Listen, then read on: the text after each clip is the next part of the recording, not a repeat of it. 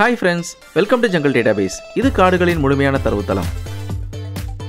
நம்ம சேனல்ல animal spotted video போட்டு ரொம்ப நாள் ஆனனால நான் போன பிப்ரவரி மந்த் மசனக்குடி போயிருக்கும்போது எடுத்த 2 சூப்பர் ஃபுட்டேஜஸை இது கூட நான் ஆட் பண்ணியிருக்கேன். ஸோ இதுவும் ஒரு ஷார்ட் லென்த் வீடியோ தான். வீடியோ ஸ்கிப் பண்ணாமல் ஃபுல்லாக பாருங்கள்.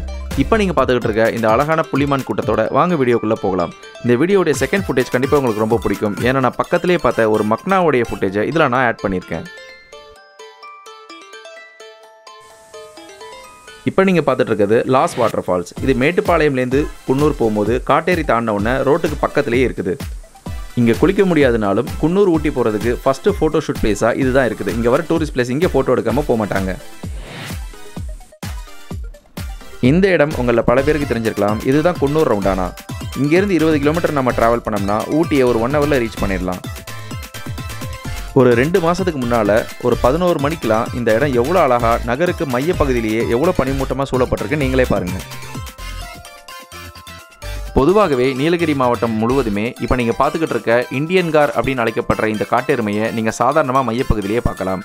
ஆனால் எக்காரண கொண்டும் இது பக்கத்தில் போகிறது, இதை செல்மிஷம் மற்ற வேலைகள்லாம் ஈடுபடக்கூடாது. ஏன்னா இருக்கிற மிருகங்கள்லேயும் ஆபத்தான மிருகம் இந்த காட்டெருமை. இதோடைய பலம் ஒரு யானைக்கு சமமானதுன்னு சொல்கிறாங்க.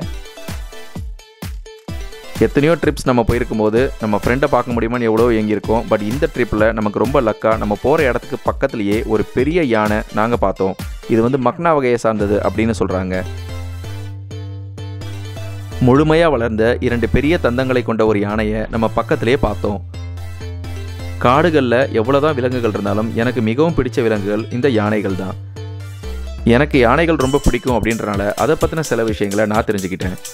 இவ்வளோ பெரிய அற்புதமான காடுகளை உருவாக்குறதுல யானைகளுடைய பங்கு மிகவும் பெருசு. அது எப்படின்னு கேட்டிங்கன்னா, ஒரு நாளைக்கு நன்கு வளர்ந்த ஒரு யானைக்கு கிட்டத்தட்ட 100 கிலோ இடைவெளிய உணவுப் பொருள் தேவை. அப்படி உணவுப் பொருளை நல்ல மென்று திங்கிற யானை போகிற இடம் ஃபுல்லாகவே லத்தியை இட்டுக்கிட்டே போகுது.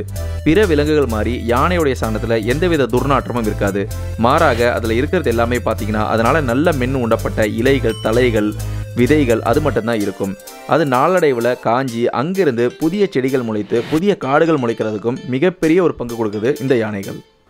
கடலும் யானையும் என்றும் சலிப்பதில்லை அப்படின்ற மாதிரி நம்ம எவ்வளோ நேரம் வேணாலும் யானையை பார்த்துட்டு இருக்கலாம். அடுத்த வீடியோவில் யானைகளை பற்றி டீட்டெயிலாக பெரிய வீடியோவை போடுறேன். இந்த வீடியோ உங்களுக்கு பிடிச்சிருந்தா இதை லைக் பண்ணிக்கோங்க. மேலும் நம்ம சேனலுக்கு சப்ஸ்கிரைப் பண்ணுங்கள். உங்கள் ஃப்ரெண்ட்ஸ் அண்ட் ஃபேமிலிக்கு ஷேர் பண்ணுங்கள். Thank you so much.